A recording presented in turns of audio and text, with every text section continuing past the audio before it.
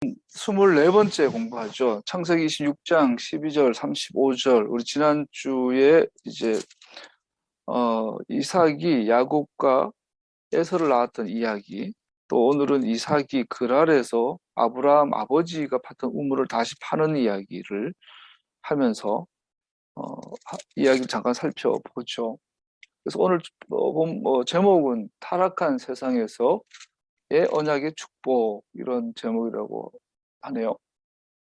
본문의 이야기는 이삭의 이야기를 계속하며 전능하신 분께서 아브라함의 선택받은 후손인 그에게 계약의 축복을 확고히 하는 방식으로 계속됩니다. 여기 보면 우리가 그 교회에 다니는 사람들이 가장 혹할 만한 표현이 나오죠. 이삭이 농사를 지었는데 그 해에 100배의 수확을 거둬들였다. 13절, 그는 부자가 되었다. 부자 되세요. 하여튼 이명박 정권 시대가 생각나는데 부자가 되었다. 근데 여기 부자가 우리 옛날 성경에는 거부가 되었다. 갑부가 되었다. 시브리어 원어에 보면 가돌이 되었다. 우리가 시드루 첫 번째 본문에 보면 첫 번째 기도문에 아브라함과 이삭과 야곱의 하나님 할 때 그들 가돌이야.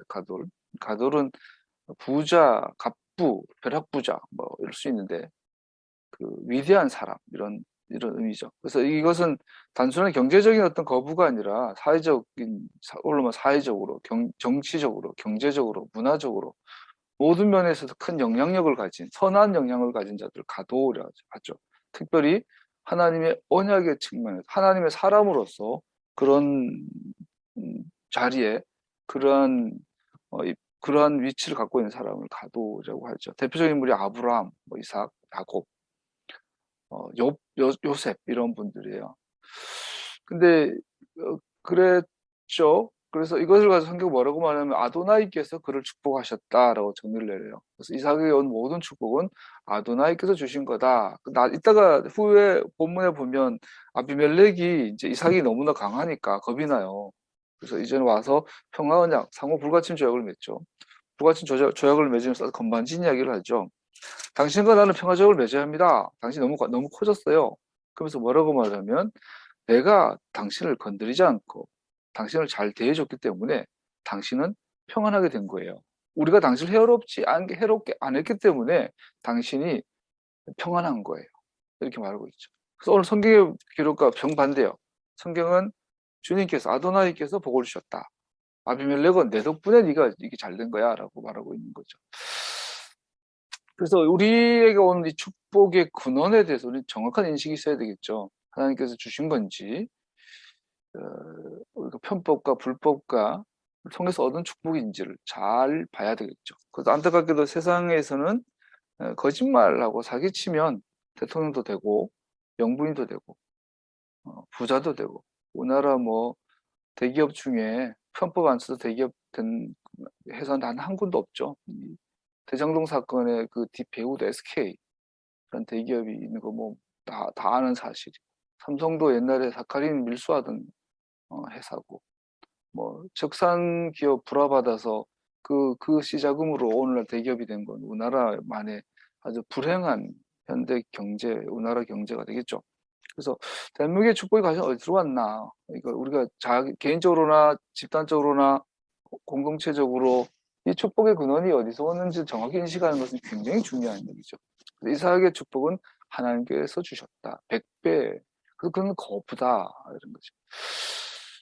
마찬가지로 본문의 에서에 관해서 정반대의 말을 하고 있어요. 그의 악한 삶은 그가 하나님의 축복을 받은 자가 아니며 대신에 자신의 부모에게 슬픔을 주는 행동을 한 사람으로 나타냅니다. 근데 사실 이 당시에 이삭보다는 에서가 영향력이 더 크죠. 훨씬 더 뭐랄까 언로 말하면 군사력도 강하고 힘 있는 이웃이라고 할 수 있죠. 그런데 성경에서는 그런 복받은 자가 아니다라고 말하고 있죠.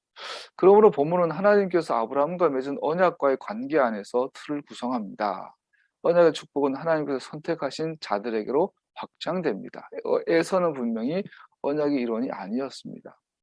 오늘 본문을 통해서 분명히 기억할 것은 이 축복이 하나님으로부터 온 것인지 세상에서 온 것인지를 보는 거죠. 하나님부터 온 축복은 언약 안에서라는 이 분명한 틀이 구성이 돼요. 그래서 이 언약 안에서 받는 축복인지를 우리는 봐야 되겠죠. 이야기는 이삭이 소유했던 큰 부와 영향력을 계속 설명하고 있습니다. 그는 위대해졌고 가돌, 위대함을 유지하고 있다고 언급합니다. 그의 양떼와 소떼들은 그의 집안이 성장하는 것처럼 크게 증가하여서 그의 이웃들, 블레셋 사람들에게 시기를 받았습니다. 심지어 오늘날도 그 땅의 소유권에 대한 논쟁은 이스라엘 대적들 가운데 계속되고 있습니다. 그러나 하나님은 방해받지 않으실 것입니다. 당신의 말씀에 대한 신실하심은 분명하며 아브라함과 맺은 당신의 계약은 지속됩니다. 일단 오늘 해당되는 사도들의 성서에 보면 내가 축복할 자를 축복하고 내가 저주할 자를 내가 저주한다. 하나님의 주권에 대해서 얘기하고 있어요. 그래서 우리가 이 시대에 세상 말로 말하면 그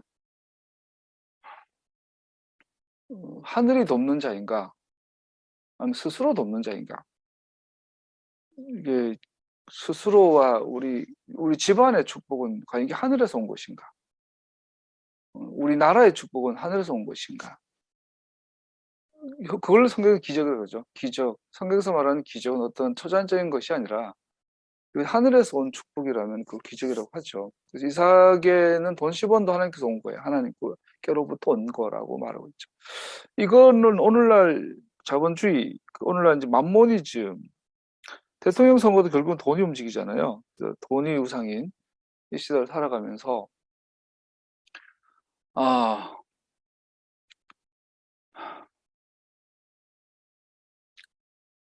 이 시대를 살아가면서 제일 중요한 문제고 민감한 문제가 되겠죠. 블레셋 전술도 수천 년 동안 변하지 않습니다. 하나님께로부터 복을 받은 자가 있고 그것을 시기 질투하고 평가절하하는 자들이 있고, 그리고 반대로 세상은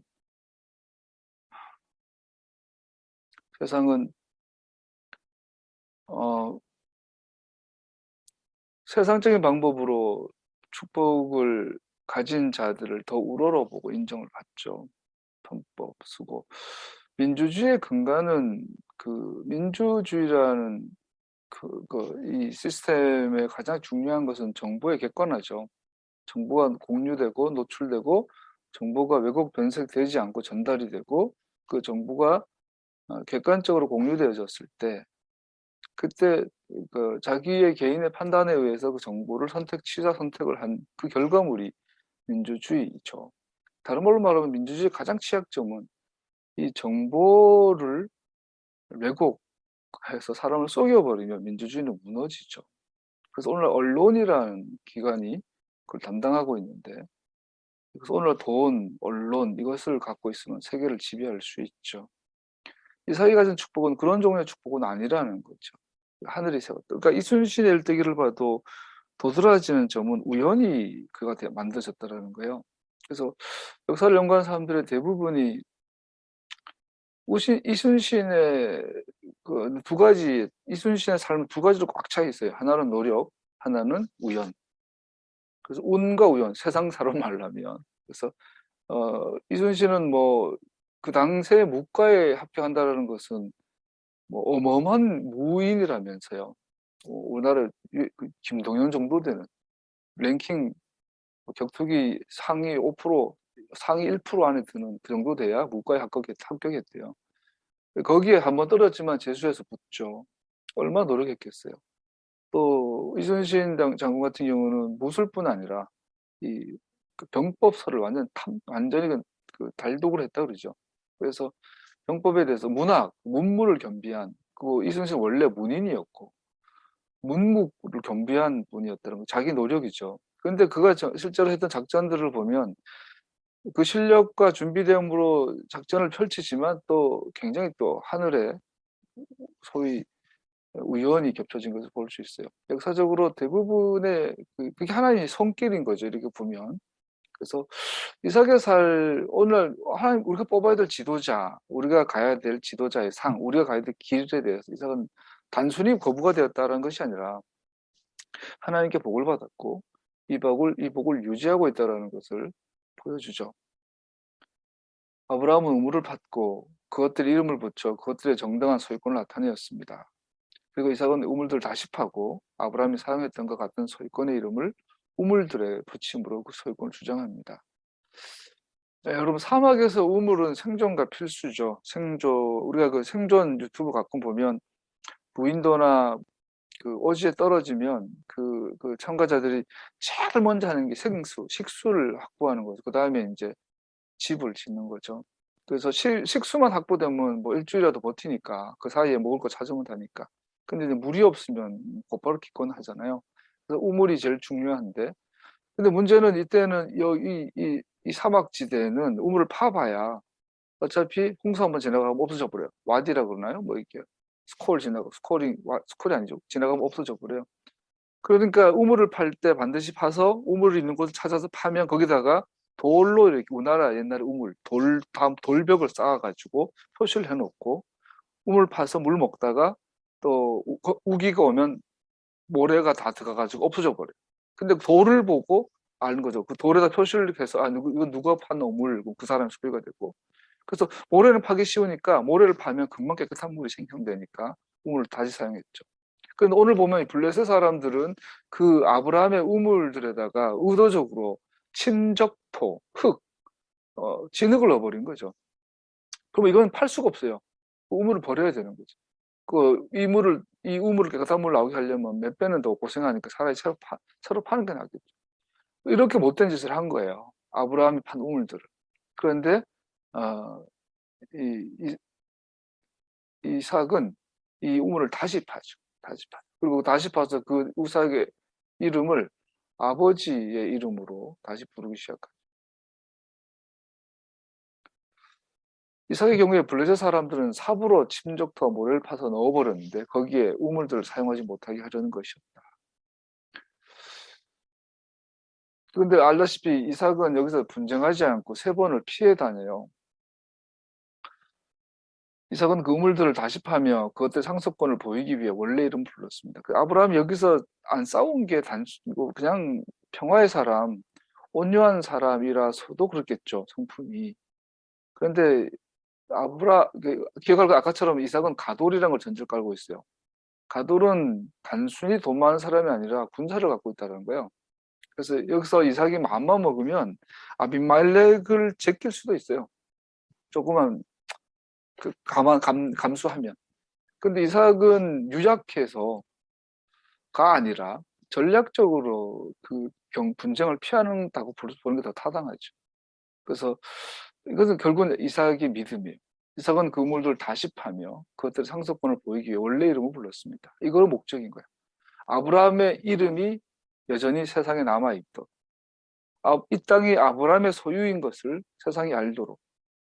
그리고 즉 그 말은 아브라함과 하나님께 맺은 그 언약의 보존, 언약을 지키는 과정인 거예요. 이삭은 여기서 키퍼예요. 언약 키퍼가 되는 거죠. 언약을 가드하고 있는 거죠. 그 우물들을 다시 파는 과정에서 지하의 샘에서 물이 솟아나는 오랜 우물을 발견합니다. 처음 우물을 팔 때 의심할 바 없이 돌로 선을 그어뒀기에 사용하지 못하는 것을 회복하는 것은 어려운 일이 아니었습니다. 그것의 소유권에 대한 이야기를 잃어버렸기에 그 우물은 주인이 없는 것으로 간주되었고 그래서 그것을 다시 파는 자가 권리를 갖게 됩니다. 그런데도 그랄의 목자들은 자기 것이라고 주장합니다. 우물들 위치가 자기들의 왕의 영토 박힌 것을 보고 목자들이 왕의 소유권을 주장하지 않는 것입니다. 그래서 오늘날 우리에게 적용해 볼 필요가 있겠죠. 그러니까 우리가 읽었던 이사야에 보면 하루아침에 나라가 없어지고 하루아침에 나라가 생긴다. 마찬가지로 우리나라가 1945년 8월 15일 날 광복을 맞이하는 대한민국이 이제 광복을 하게 되죠. 정부는 19년도 만들어졌다고 우리가 역사적으로 기록하고 있고요. 근데 같은 해에 이스라엘 공화국이 탄생을 해요. 이 일은 전 세계가 전혀 예상하지 못했던 좀 하루아침에 나라가 생기죠. 그래서 그들이 항무지로 돌아왔고 다시 이삭처럼 지금 예루살렘 주변에 이스라엘 땅을 회복하고 사람 살 수 있는 땅으로 가보지 못했지만 영상으로 보고 사진으로 보고 갔다 와서 말 들어보니까 길이 없는데 길을 내고 물이 없는 데서 나무를 심고 어떻게 했냐 보니까 가로수에조차도 그 밑에다가 그 파이프를 다 박아가지고 나무 한 그루마다 물이 다 나오게 의도적으로. 그래서 지금 사막 위에 숲이 우거지고 산이 만들어지고 지금 이스라엘이 만들어졌다고 해요. 그리고 거기서 더 나아가서 위에 사막 위에다가 나무를 심고 흙을 두고 물을 내고 그 물이 아까우니까 그 물이 바닥으로 떨어지면 그 밑에는 다시 어, 물고기를 키운다. 이렇게 그런 식으로 해가지고 지금 이스라엘은 전 세계에서 가장 발달한 농업국가. 관계 수로 쪽으로는 뭐 거의 최고 탑을 기술력을 갖고 있는 나라로 발전했죠. 그렇게 살만한 땅을 만들어 놨더니 오늘날 주변 아랍국들이 내놓으라고 막 하죠. 이것이 오늘날 이스라엘 팔레스타인의 분쟁의 원인이 되죠. 그래서 세상 사람들은 아까 말한 것처럼 여론을 조작하게 되죠. 이스라엘이 나쁘다. 유대인이 나쁘다. 유대인 저놈들이 그 팔레스타인 어린아이들 폭격을 하고 이런다. 그건 나쁜 거 맞죠? 잘못된 거 맞죠? 전쟁의 비극인 거지. 그것은 이스라엘의 원래 처음에 아니죠. 그래서 아무도 살지 않는 한 2000년 동안 버려진 땅을 돌아와가지고 살만한 땅을 만들어놨더니 지들 땅을 내놓으라는 거죠. 이스라엘 입장에서는 어떻게 해요? 처음에는 그러면 니네들을 다른 그 아랍국이 받아주도록 망명하도록 해줬는데 다른 아랍국이 받아주질 않아요. 그러니까 원래 돌아다니던 애들이 지금 와서 여기 내놓으라고 하는 것이 지금 팔레스타인 정착촌의 시작인 거죠. 그래서 지금 비극과 비극을 풀 수 없는 실타래 얽혀 있지만 사실 유대인 입장에서는 굉장히 억울한. 아무도 유대인 편을 들어주지 않는. 유대인들이 다시 돌아왔을 때 여전히 지금도 주변 사람들은 심지어 기독교인들조차도 이스라엘이 너무하다. 유대인들은 못됐다. 테러 말하고 있죠. 그러나 테러는 실제로 이슬람 쪽에서 일어나고 있죠. 이삭과 그의 사람들의 우물을 사용할 만한 것으로 회복한 직후였습니다. 지금이나 예나. 다시 한번 이삭은 항의 없이 요구에 응합니다. 그는 우물 이름을 에색이라고 첫 번째 웃음 다툼, 두 번째 이름은 신나 적대감을 보인다. 포기합니다. 세 번째 이동 다시 이동해서 새로 판 르호봇 넓은 광대한 여기에서는 더 이상 시비를 걸지 않는 마침내 이삭은 그 지역 백성들의 직접적인 보복이 없이 거할 수 있는 넉넉한 열린 공간을 발견합니다. 그는 여기서 얘기할 건 다시 말씀드리지만 이삭은 유약한 자가 아니에요. 마음만 먹으면 아비멜렉 정도는 먹을 수 있어요. 그 숫자도 많았고 부도 넉넉했어요. 하지만 그는 자신의 능력을 갈등을 막는 데 모두 사용합니다. 시편 기자의 진술을 기억하게 합니다. 나는 평화를 원하지만 내가 말할 때 그들은 전쟁을 위한다. 현재 중동 상황에서 이스라엘 평화를 구하면 구할수록 더욱 그 대적들은 전쟁을 합니다. 결국 이웃들과 평화롭게 가고자 하는 이삭의 노력은 지속적인 평화를 가져오지 못했습니다. 이삭은 그 지역을 떠나 모리아산 사건이 아버지와 함께 머물렀던 브엘세바로 돌아갑니다. 이 우멜의 이 분쟁 이후에 이삭은 처음으로 돌아가요. 아버지가 30살 먹었 30 초반이었던 자기를 데리고 자기를 죽이려고 했던 땅, 모리아산, 자기를 번제드리려 했던 땅으로 가요. 그래서 다시 아버지와 하나님의 관계로 다시 돌아가는 거예요. 서술이 분명히 하는 것처럼 그의 유일한 소원은 전능하신 분이 거하신 임재하신 안에 있는 것이었다. 대적들이 다시 그를 찾아올 것을 이삭이 두려웠기 때문이든지 아니면 이삭 자신이 갈등에 지쳤기 때문이든지 아도나이께서 계획과 그의 계약 축들을 확인하시기 위해 그에게 나타나십니다. 대선 이후라서 기운이 회복이 안 돼요. 뉴스를 볼 수가 없어요. 아무리 생각해도 억울하고. 중학교 2학년 때, 그 이야기 몇 번 했을 텐데, 일요일 날 예배 드리러 이제 오후에 아버지 먼저 가시고, 제가 이제 오후 예배 시간 직전에 이제 급하게 문 닫고 예배 드리려고 급하게 나가는데, 우리 동네에 여호와 증인 아줌마 2명이 돌아다니죠. 시골 동네. 여호와 증인 아줌마들이 백 하나 들고. 그래서 사람들한테 전도하는 거예요. 나한테도 전도하는 거예요. 근데 그 중학교 2학년 때인데도 다 들으면 알겠더라고. 어릴 때부터 저 같은 경우 성경을 많이 읽어가지고 성경도 많이 읽고 기독교 서적을 굉장히 많이 읽었던 편이에요. 그렇다 보니 이건 아닌데? 그래서 나중에 보니까 이 아줌마가 이상한 소리를 하는 거야. 이단인 거 알겠더라고. 요즘은 신천지가 이단이었지만 그 당시 여호 증인이 아주 잘 나갔죠. 그래서 나가라고. 우리 집에서 나가라고 막 그러고 쫓아내고 난 예배 시간 다 돼서 급하게 나가는데 그 아줌마들이 저 골목 끝까지 걸어가고 있더라고. 근데 그 뒷모습을 보는데 너무 화가 나는 거야. 내가 섬기는 또 내가 알고 있는 성경에 말하는 그 하나님을 저런 것들이 와서 아버지라 그러고 하나님이라 부르는 것이 너무 싫은 거야. 그래서 뒤통수에 대고 막 욕을 했어요. 욕은 안 하고 반말로 아줌마들이니까 욕은 안 하고 우리 하나님 이름 함부로 부르지 마 소리 질렀어요. 그러고 좀 꼬라보고는 교회를 들어갔는데 요번에 이제 그 무당 정부가 들어서고 무당 정치가 시작되는 것을 보면서 그리고 무당이 지금 벌써 뭐 무당이 한 짓이 뭐 드러나잖아요. 서울에서 1억짜리 고발을 한다 그러고 청와대 관사 그 마음에 안 든다. 그게 관사 마음에 안 든다고 지금 관사 옮긴다면서 한다는 소리가 육해공 3군 사령관 관사를 벽을 다 터가서 거기를 김건희가 살겠대. 예대로 그 대대로 저 풍수지리한 사람들이 청와대 자리 안 좋다 했거든요. 그리고 지금 대통령의 그 관사가 있는 곳은 풍수지적으로 안 좋다 했어요. 이게 건진이가 한 거죠, 이거. 이미 무당 정치가 시작돼서 우리나라에. 근데 거기에 대한 최대 지지자가 한국 기독교인들. 랄랄랄라 기도하고는 무당을 뽑았어요. 대통령에게 묻지 말고 김건희에게 물은 시대가 온 거죠. 딱 그때 중2 때 그 기분이 들어요. 우리 하나님 이름을 함부로 부르는 것들. 하나님의 이름으로 무당을 통치를 받는 이세벨의 치마폭으로 자발적으로 기어 들어간 한국 교회를 보게 되죠. 이 분이 삭질 안 해요. 단순히 정치적인 어떤 입장 때문이 아니라 이거는 하나님 믿는 사람으로서 이게 그런 무당 정부를 들이댄 게 권사님이라는 거, 장로들이라는 목사들이라는 거, 우리 집안의 어른들이라는 거, 이게 용납이 안 돼. 24절을 한번 읽어봅시다. 그날 밤에 주님께서 그에게 나타나셔서 말씀하셨다. 나는 너희 아버지 아브라함을 보살펴준 하나님이다. 내가 너와 함께 있으니 두려워하지 말아라. 내가 나의 종 아브라함을 보아서 너에게 복을 주고 너의 자손의 수를 불어나게 하겠다. 하나님께서 다음과 같이 말씀하시면서 시작하십니다. 나는 내 하나님이 내 아버지 하나님이다. 두려워하지 말아라. 아노키 엘로헤 아브라함 아비카. 나는 그리고 그 어느 누구도 아닌 너의 아버지 아브라함의 하나님이다. 이삭을 향한 하나님의 신실하심은 그의 아브라함과 맺은 언약에 묶여 있습니다. 이거 무서울 정도로 중요한 이야기예요.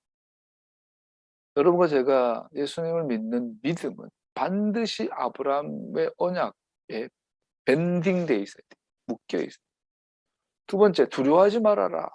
이삭의 두려움은 이 세상에서 하나님께서 말씀하신 그 약속의 믿음을 둘 때만 극복할 수 있습니다. 다시 말씀드리지만 우리의 믿음은 아브라함과 맺으신 그 언약에 우리의 믿음을 둘 때에만 이 세상이 주는 두려움을 이길 수 있어요.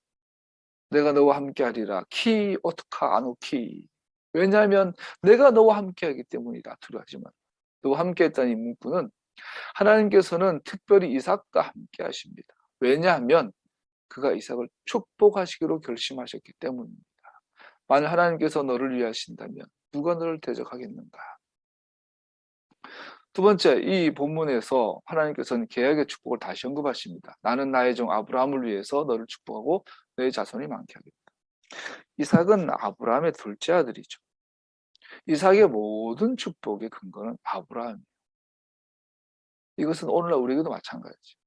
여러분과 제가 아까 가돌, 세상이 주는 것이 아니라 하나님으로부터 온 축복이라면 우리가 믿는 모든 믿음의 뿌리, 모든 축복의 뿌리는 아브라함이에요. 우리 예수님께서 아브라함을 선택하셨기 때문이죠. 여기서 아브라함은 하나님의 종으로 간주되며 이러한 칭호는 토라에서 처음입니다. 하나님의 종은 오직 모세, 갈렙, 다윗은 나의 종으로 유사한 방식으로 인정하였습니다. 이사야서는 종이 세 종류 혹은 네 종류의 종이 나오죠. 이스라엘 전체를 종이라고 하고 특별히 메시아를 종이라고 합니다. 갈렙에 그는 그의 영으로 넣음받았고 나에게 충성된다. 그래서 하나님의 종이라는 이것은 바로 아브라함과 같은 종류의 믿음, 같은 종류의 소망, 가치관을 갖고 있는 자들을 하나님의 종이라고 하죠. 그래서 우리는 예수님을 하나님의 종이라 그래요.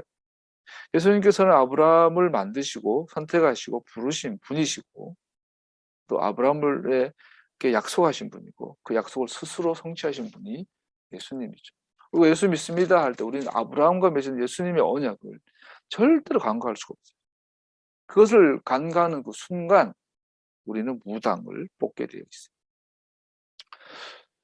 그리고 나서 하나님께서는 나의 종 아브라함을 위해서 이삭의 복을 내리십니다. 다시 말씀드리지만 여러분 제가 복을 받는다면 아브라함을 위해서예요.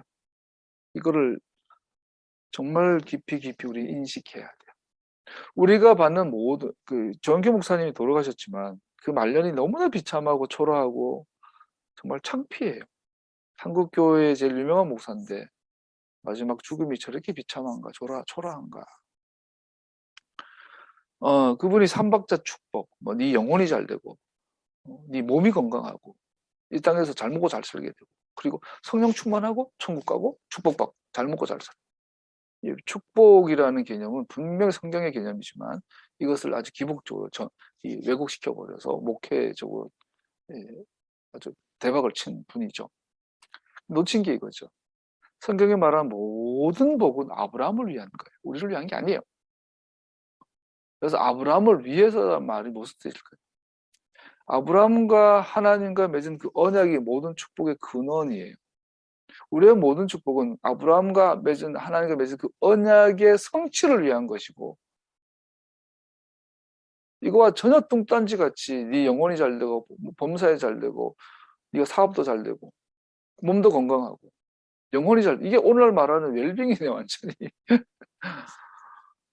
왜냐하면 조상들이 주신 축복들은 그들과 맺은 언약이 위한 것이며 그들의 후손들의 축복을 확보해야 하기 때문입니다. 이사야에서 나온 가돌의 계보, 이삭이 가돌이고요. 야곱이 가돌이고요. 요셉이 가돌이고요. 아브라함이 가돌이에요. 이 계보는 전부가 아브라함의 언약에 기인해요. 아브라함의 언약을 위해서예요. 아브라함을 위해서란 말은 하나님과 아브라함과 맺은 그 언약을 위해서, 즉 그 언약의 성취를 위해서 우리가 복을 주시는 거예요. 이게 아니면 복이 아닌 거예요. 빌 게이츠는 이 복을 받았나요? 전 세계에서 제일 이제는 세 번째, 네 번째로 부자가 된 일본은 이 복인가요? 우리 대한민국과 일본이 다른 점은 그런 점인 거거든요.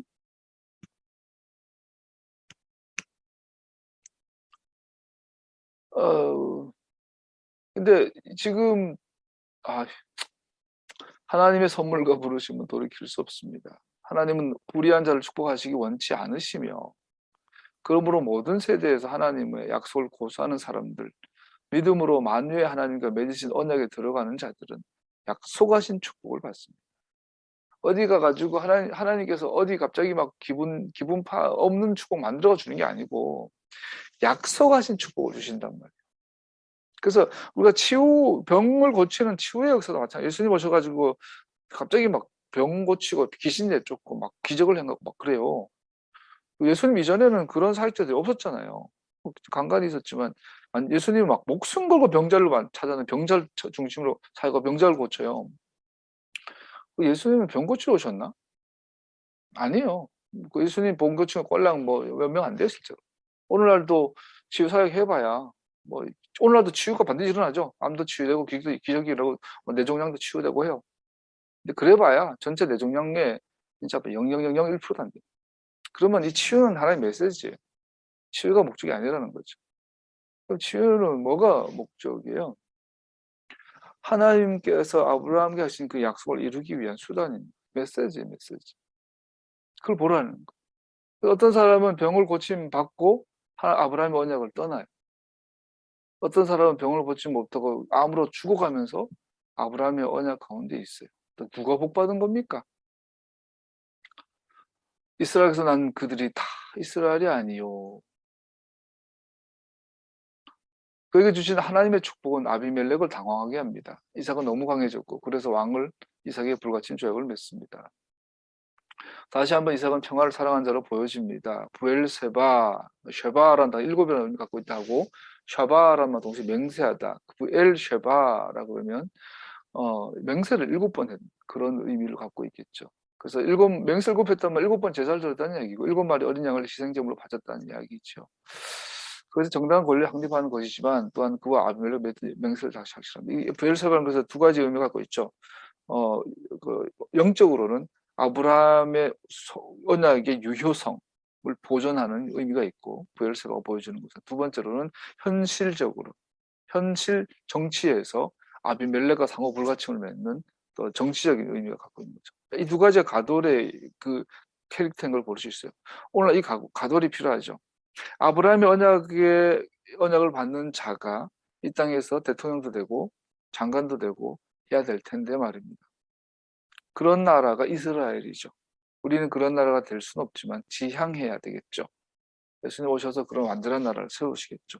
그래서 우리가 대통령을 뽑거나 국회의원을 뽑으면 그런 사람은 없겠지만 그런 거에 대한 가치관이고 추구하는 사람을 제일 우선으로 뽑아야죠. 다시 말씀드리지만 우리가 지도자를 뽑을 때는 역사를 먼저 봐야죠. 그 공동체의 역사, 공동체 빛과 어둠의 역사, 그리고 그 개인의 삶의 족적들을 봐야 되겠죠. 그러고 나서 제일 마지막이 현실적으로 이 사람 정치, 외교, 군사, 문화, 경제에 있어서 유능한가 봐야 되겠죠. 근데 우리는 부동산 실패했다고 어둠을 뽑아? 내 집값 좀 내려갔다고 무당을 뽑아? 이건 인간도 아니죠. 그건 사람이라면 볼 수 없는 거 아닌가요? 이사 65장 23절에서 66장 8절로 넘어갑시다. 미안합니다. 말을 세게 해가지고. 65장 23절 읽어보면 그들이 헛되이 수고하지 않으며 그들이 낳은 자식은 재난을 당하지 않을 것이다. 그들은 주님께 복받은 자손이며 그들의 자손도 그들과 같이 복을 받을 것이다. 헛되이 수고하지 않으며 비록 이삭 주변에 많은 저항을 만났지만 그럼에도 불구하고 하나님께서는 그를 축복하사 그의 가축과 가족들이 늘게 하셨다는 것을 분명히 생각하게 됩니다. 그들은 주님께 복을 받은 자손이며 그들의 자손도 그렇다. 여러분과 제가 반드시 이랬으면 좋겠어요. 정말로 내 아들 내 딸이 이런 복 가운데 있는 자들은 좋겠고 우리 공동체 아이들이 이런 축복 가운데 있는 여러분과 제가 됐으면 좋겠어요. 25절 선지자 이사야는 축복의 문제를 마지막 날에 전능하신 분의 주권적 손에 의해 일어나는 이스라엘이 한 민족으로 축복받을 완전한 최종적 축복의 문제를 다루고 있습니다.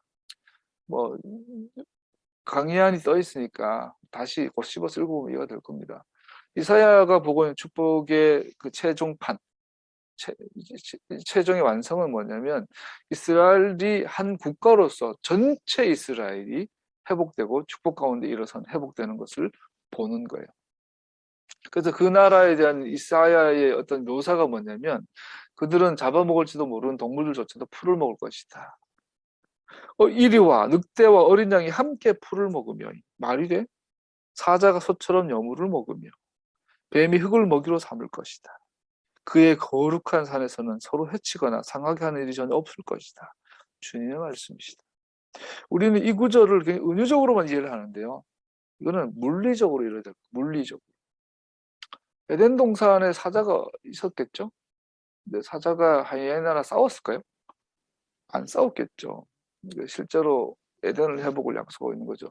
에덴의 회복은 곧 이스라엘의 회복인 거죠. 그래서 아브라함과 이렇게 그 약속은 쉽게 말해 이스라엘의 회복이고 이스라엘의 회복은 곧 에덴의 회복인 것을 보게 되죠. 이것이 성경에 말하는 축복의 계보, 축복의 바운더리예요. 이것을 떠나간 것은 축복이 아니에요. 하나님의 그 축복의 산의 특징은 거룩, 공의, 공평, 정의. 이걸 떠난 것은 축복이 아닌 거예요. 공평과 정의를 떠난 축복은 없어요. 그런데 세상에서 착각하면 안 되는 게 가돌은 거룩과 공평과 정의 위에 서진 축복이 가돌이라면 일본은 전혀 가돌 국가가 아니죠. 미국도 마찬가지죠. 빌 게이츠, 이건희 일가, 최태원 일가는 가돌이 아니죠. 이분들. 돈의 노예들이죠. 돈의 노예. 5년 동안 김건희가 엄청 해먹을 텐데. 잘 그 자료 모아놨다가 나중에 감옥 보내야지. 66장 1절 그러나 이스라엘은 하나님께서 성전에 제한을 두지 않을 것을 생각하지 못했습니다. 그는 결코 과실 처소가 필요하지 않습니다. 지금까지 내용을 읽어보면 와 유대인이 최고네, 예루살렘이 최고네, 팔레스타인이 최고네 이렇게 할 수 있겠어요. 66장 1절을 보면 이사야가 거기에 대해서 노라고 하죠. 주님께서 이렇게 말씀하신다. 하늘은 나의 보좌요 땅은 나의 발받침대다. 그러니 너희가 어떻게 내가 살점을 짓겠으며 어느 곳에다가 나를 쉬게 하겠느냐.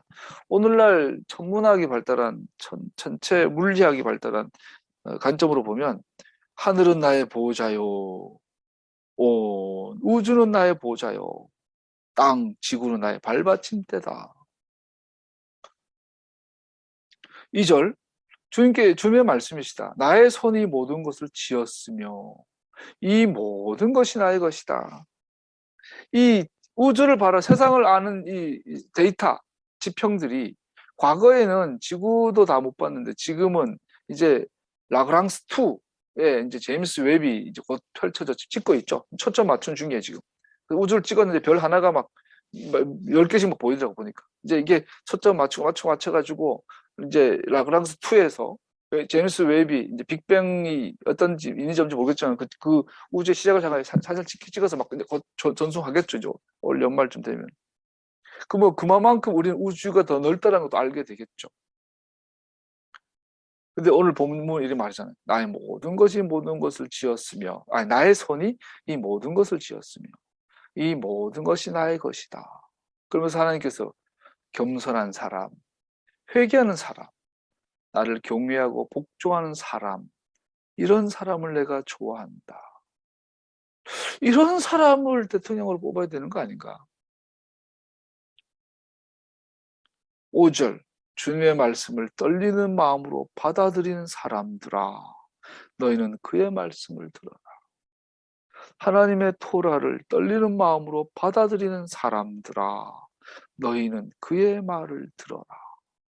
예수님의 제자들은 여러분 이사야 시절에 주님의 말씀이 뭘까요? 이사야 시절에 주님의 말씀이라면 이때 예레미야서가 있었을까요? 이사야 당시에 열왕기 상하, 역대 상하가 있었을까요? 여수아서 있었을까요? 있었겠죠. 그러나 오늘 전 정경화되지는 않았어요. 캐논되지 않았어요.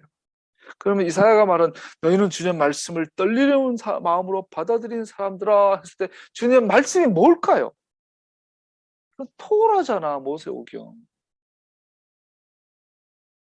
모세오경을 떨리는 마음으로 받아들이는 사람들아, 이것을 예레미야가 새 언약의 사람이라고 그러잖아요. 새 언약, 브리타다샤.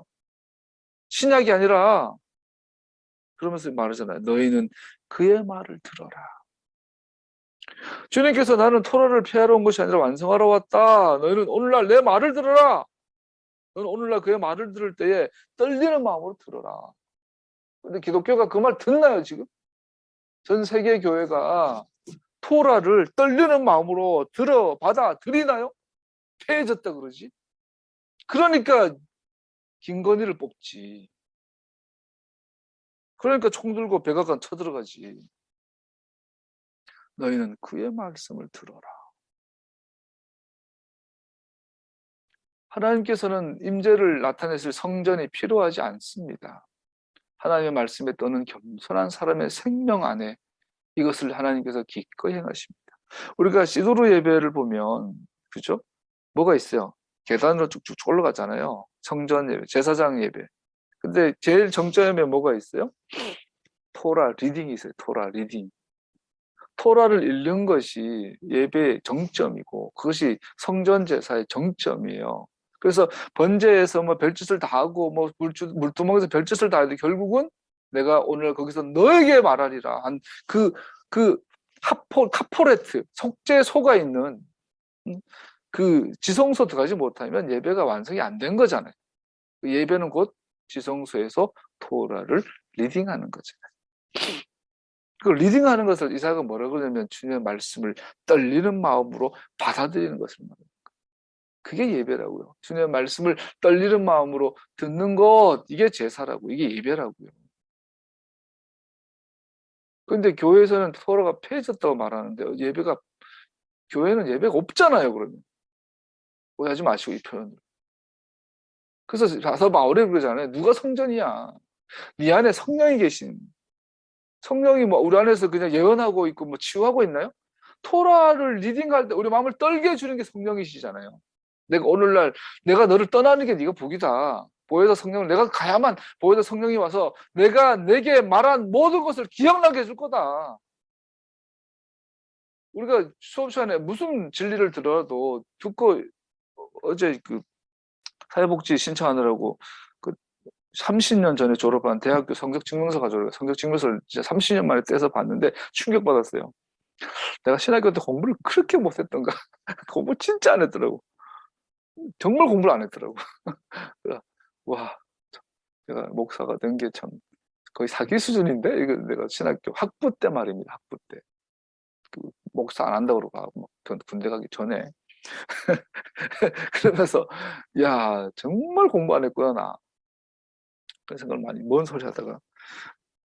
예. 근데 보세요. 수업 시간에 그러고 나서 이제 30년 전 공부했던 신학교 과목들을 보니까 와, 이렇게 좋은 과목들이었어. 법학 개론, 철학 개론, 신학 개론. 아니, 좋은 과목들이 뭐 심리학, 내가 신학교에서 배웠던 그 학문들에 대해서 정말 개론서만 통독을 하고 내가 정립을 했어도 내가 얼마나 박식한 사람이 됐을까. 와, 너무 후회되는 거 있죠. 고등학교 때도 고등학교 교과서도 보면 고등학교 나오는 그 과목의 주제들만큼이라도 우리가 상식으로 갖고 있으면요, 우리 굉장한 정말 박식한 석학 수준을 살 수 있어요. 그래서 내가 그 성적 증명서를 보면서 야, 인생이 별거 아닌데 학부 다닐 때 교수님들이 말해도 그 각 분야에 대해서 진짜 개론 수준만으로도 내가 내 지식을 만들었다면 나는 정말 지혜로운 삶을 진짜 살 수 있었을 텐데 내가 왜 놀았을까? 다 그렇게 후회하겠죠. 수업 들을 때 지금 돌아요. 선생님들이 말할 때 졸고 뭔 소리도 졸고. 이제 철 들어서 보니까 그때 교수님들이 해줬던 선생님들이 해줬던 말씀들이 야, 이건 뭐 내 혼자 책을 10권 읽어도 이해 못할 거 교수님 1시간 강의면 지식이 생기는 건데 왜 그 시간에 난 졸았을까? 하나님의 말씀에 떤다라는 건 하나님께서 말씀할 때 졸지 않는 거죠. 신비에 새기는 거죠. 이걸 예레미야가 새 언약이라고 그러죠. 근데 정작 교회에서는 주님의 토라가 폐해졌다고 해버리니 이거 못 통할 거야.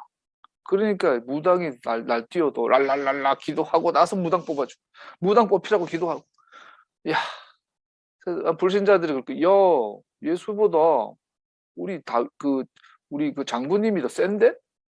남녀 호랭개교, 쿠바의 신, 아프리카의 신, 우리나라 무속, 일본 무속 다 짬뽕 해가지고 건진이를 통해서 김건희가 건진, 일광, 뭐 또 누구입니까? 무정, 뭐 무슨 중 수십 마리의 이 박수무당들을 통해 가지고 그 집도 사고 날도 잡고 그래가 대선을 치렀어요. 근데 교회에서는 랄랄랄랄라 우리 윤석열 대통령 되해주세요. 그래. 할렐루야 기동답 받았네 했는데 거기는 그래. 우와 용하네. 우리 그 어? 우리 당군 신께서 우리 그 이순신의 신께서 우리 그 장비의 신께서 우리 참 용하네 이러고 주님의 말씀을 떨리는 마음으로 받아들이지 않는 세대를 향하여 호세가 말하죠. 하나님 아는 지식이 없어서 망한다. 목사가 없어서 망하는 게 아니고 장로 검사가 없어서 망하는 게 아니고 11절 안 돼서 망하는 게 아니고 교회가 없어서 망하는 게 아니고 하나님을 아는 지식이 없어서 토라를 읽는데 떨리지 않아서 망하는 거예요. 그러나는 겸손한 사람, 회개하는 사람, 마음을 가진 사람, 그리고 나의 말에 떠는 사람을 내가 주시한 바로 이 사람이다. 그래서 주시한다, 본다라는 이 표현은 우리가 아론 블레싱에서 주님께서 그 얼굴의 빛을 내게 비추사 은혜를 베풀어 주시게 할 때 그 은혜를 말하는 거예요. 제사장의 기도에서 호의를 베풀어 주시고 하나님의 말씀 앞에 떨 때 하나님의 은혜가 임해요. 그 다음에 그의 얼굴을 든다. 주님 이사 아도나이. 주님께서 그의 얼굴을 내게로 향하여 드사 내게 평강 주시기를 원하며 그때 그 얼굴을 든다라는 것은 당신의 전부를 가지고 자기 자신을 계시해 주시는 은혜를 말하는 거예요. 아론 블레싱보다 더 큰 축복은 있을 수 없어요. 그래서 이 계시, 즉 하나님께서 은혜를 부으셔서 그 은혜가 뭐냐? 하나님께서 말씀하면 그 말씀이 떨려 내 신비에 새겨져. 이것을 은혜고 이것을 복이라고 하는 거죠. 근데 이것이 사라진 것을 하나님 아는 지식이 없는 시대를 망하라고 그 시대를 망한단 말이에요. 이 시대처럼 지금 대한민국처럼 교회 다니는 것들 때문에 무당이 지금 정권을 잡았잖아요.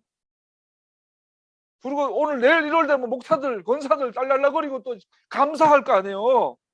하나님께서 좋은 지도자 뽑으셔서 감사하다고. 이게 마귀 새끼들이 지금 무슨 하나님 사람들이 이게.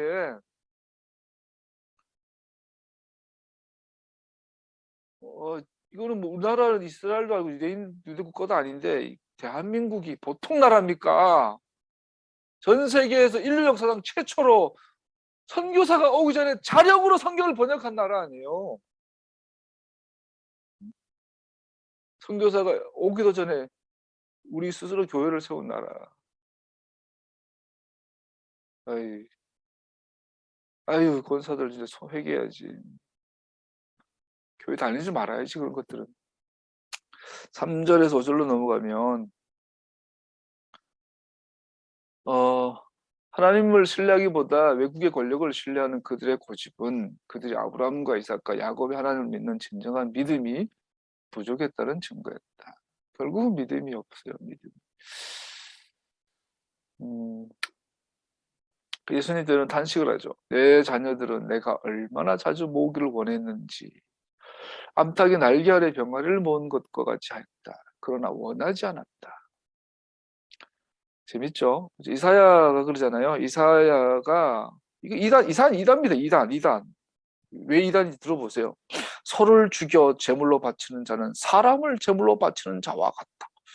아니 레위기에서 분명히 소를 바쳐서 번제 드리라며. 근데 번제 드렸더니 살인이래. 양을 잡아 희생 제물을 바친 자는 개의 목을 부어드린 자와 같다. 부어드리는 제물을 바친 자는 돼지의 피를 바치는 자와 같다. 분향을 드리는 자는 우상을 찬미한 자와 같다. 지금 이사야는 정면으로 레위기를 반대하고 있는 거예요. 2단 중에 2단이죠, 이사야. 오늘 우리에게 적용해보요. 내일 일요일을 주일로 성수하는 자들은 사람을 죽이는 자와 같다. 내일 교회 가서 예배 드리고 찬양하고 11조 내는 것들은 우상을 섬기는 자와 같다. 내일 주일학교 성가대 주차 봉사하는 인간들은 돼지의 피를 바치는 자와 같다. 이 말이잖아, 이거. 그리고 더 그러잖아요. 누가 그런 것들을 가지고 내 성전 마당을 밟지 못하게 성전문을 닫아버려라. 그들이 바치는 많은 제물과 그들이 하는 많은 기도가 역겹다. 구역질난다. 성전문을 좀 닫아버려라. 못하게. 예배 못하게 해라, 제발. 기도 못하게 해라. 헌금 못하게 해라. 교회 못 나오게 해라. 저것들. 내 이름 못 부르게 해라. 한국교회가 그러지 않아요? 메시아닉교로 돌아가는 거 외에는 답이 없다고요. 근데 메시아닉교 하는 사람들도 빨갱이 그러고 있으니. 하지만 그러니까 윤석열 같은 인간이 대통령 되는 거 아니에요. 0.7% 차이로. 아니, 노인네들이 그냥 곱게 죽지 왜 자신들의 똥을 싸고 죽냐고. 60대 이상의 윤석열 주지가 그 이하보다 극적으로 많아요. 하지만 이스라엘을 축복하시는 하나님, 이거 김건희가 들으면 나 잡혀가겠는데. 하지만 이스라엘을 축복하시는 하나님의 목적은 이스라엘의 불신에도 불구하고 방해받지 않는다. 말씀 마무리하죠. 그런데 중요한 건 하나님은 방해받지 않는다. 왜냐하면 당신의 주권적 능력으로 이스라엘의 구원의 날에 이스라엘을 새롭게 태어나게 하실 것이기 때문이다. 그런 일을 누가 들었느냐? 그런 일을 누가 보았느냐? 땅이 하루에 생길 수 있느냐? 한 나라가 한 번에 생길 수 있느냐? 시온은 진통하자마자 아들을 낳았다. 로마서 9장으로 넘어가면 사도들의 성서, 로마서 9장으로 넘어가면 하나님께서 선택하신 사람은 한 사람도 당신의 사랑에서 끊을 수 없다는 선언을 하면서 바울은 제멋대로인 이스라엘에게 주의를 돌린다. 그의 핵심은 현재 이스라엘을 설명하는 불신의 굳은 마음은 특별히 하나님의 메시아를 거절하는 것은 일시적이라는 것이다. 여기서 이제 마무리할 거는 유대인들의 저력이 있죠. 얘네들은 눈이 가려져서 예수님을 보지 못하는데 사도 바울이 분명히 선언하고 있어요. 내동족 유대인들이 언젠가는 예수님을 메시아로 보게 될 날이 올 거야. 그날은 반드시 올 거야. 이스라엘이 전체로서 구원받을 때가 올 거야. 우리가 단순한 육체적 혈통, 즉 유대인 신분은 하나님 앞에 정당한 자리를 보장받기에 충분하지 않다는 것을 기억하기를 원합니다. 야곱과 에서는 아브라함의 육체적 아들이지만 그는 버림받았어요.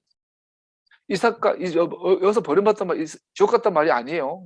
계약의 당사자의 파트너로서의 그 지위가 아니라는 이야기예요. 이삭과 이스마엘은 아브라함의 혈통적 아들이지만 이스마엘은 버림받았어요. 이삭은 계약의 축복을 받았지만 이스마엘은 그렇지 못했습니다. 바울이 자신의 주제를 담은 예를 드는 요지는 무엇입니까? 하나님의 축복은 사람이 요구할 수 있는 것이 아니라 단순히 당신의 주권과 영원한 자비하신 문제라는 것입니다. 사람의 육체적 혈통은 하나님께 붙어 있을 수 없으며 사람의 선한 행위도 하나님의 영원한 호의를 담보할 수 없습니다. 비록 부모들의 순종에 자녀들이 복을 받게 한다고 할지라도 결국 계약적 친교를 갖는 것은 각 개인의 삶에서의 하나님의 자비의 손길입니다. 이 부분이 이제 좀 무섭습니다. 지난주, 지지난주 이후로 리브가와 이삭의 결혼 공부하고 나서 나도 개인적으로 우리 은재 결혼을 위해서, 에녹이 결혼을 위해서 기도하게 돼요. 현숙한 여인을 며느리로 맞이하고 아내로 맞이하도록, 또 하나님 경외하는 경건한 사람을 남편으로 맞이하도록 기도하게 돼요. 근데 이거 기도는 하지만 어떻게 될지는 모르죠. 왜냐하면 믿음은 하나님과의 개인적 관계이기 때문에. 그리고 오늘날 20대가 극보수화된 것은 정치인 것도 아니고 정말 너무 오늘날 20대 이런 수준을 보고 절망을 하게 돼요. 말씀을 마무리하죠. 4.19도 5.18도 심지어 동학혁명도 60도 대부분의 우리나라의 정의와 공의는 20대들을 지켜줬거든요. 근데 오늘날은 20대들이 너무나 그런 데 대한 생각 자체가 별로 없죠. 대다수가 그럴 것 같아요. 이런 말 표현해서 죄송하지만 기껏해야 뭐 페미니즘 운동이나 하고. 그것도 중요하죠. 여자는 사회적 약자로서 중요한 그런 운동이 필요한 거지. 시대를 담는 놈들이 작아요. 페미니즘. 그래서 정말 답답합니다. 교회 다니는 청년들은 더더욱 믿을 수가 없고요. 얘네들은 뭐 도대체 뭔 생각으로 사는지. 기도할 때가 같습니다. 시대가 어떨지 우왕좌왕합니다. 오늘 아들, 딸이 안 도와줍니다. 사도 바울로 이스라엘에 대한 보고서를 끝마침에 완전한 영광의 창가를 넣게 한 것은 하나님의 놀라운 주권입니다. 같이 읽어보죠. 깊도다 하나님의 지혜와 지식에 풍성하며 그의 판단은 헤아리지 못할 것이며 그의 길은 찾지 못할 것이로다. 누가 주의 마음을 알았느냐? 누가 그의 모사가 되었느냐? 누가 주께 먼저 들여서 갚으심을 받겠느냐?